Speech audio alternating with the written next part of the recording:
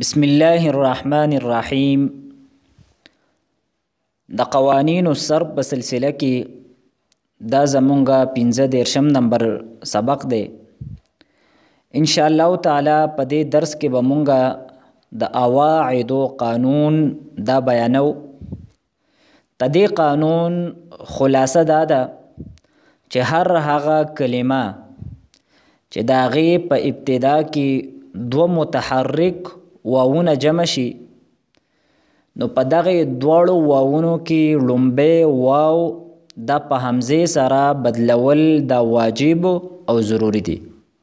هر هغه کلمه چې د هغې په شروع کې دو متحرک واوونه جمع شي، نو په دغه دواړو واوونو کې لومبی واو په حمزې سره بدلول دا واجب او ضروري دي.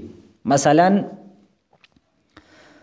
اواعدو په دې کې دا قانون مونږ جاری کړی دی، ځکه چې په اواعدو دا په اصل کې دی وواعدو.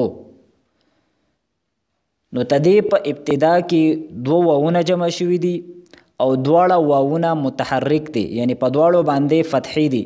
لہذا لومبی واو دا مونږ په حمزې سره بدل کو، نو مونږ سره د وواعدو نه جوړ شو اواعدو. دویم مثال مونږ ذکر کوو اویعدون.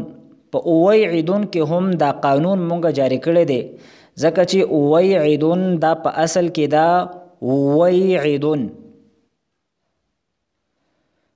ویعدون. نو د دې په شروع کې هم دو واوونه جمع شوي دي او دا دواړه واوونه متحرک دي.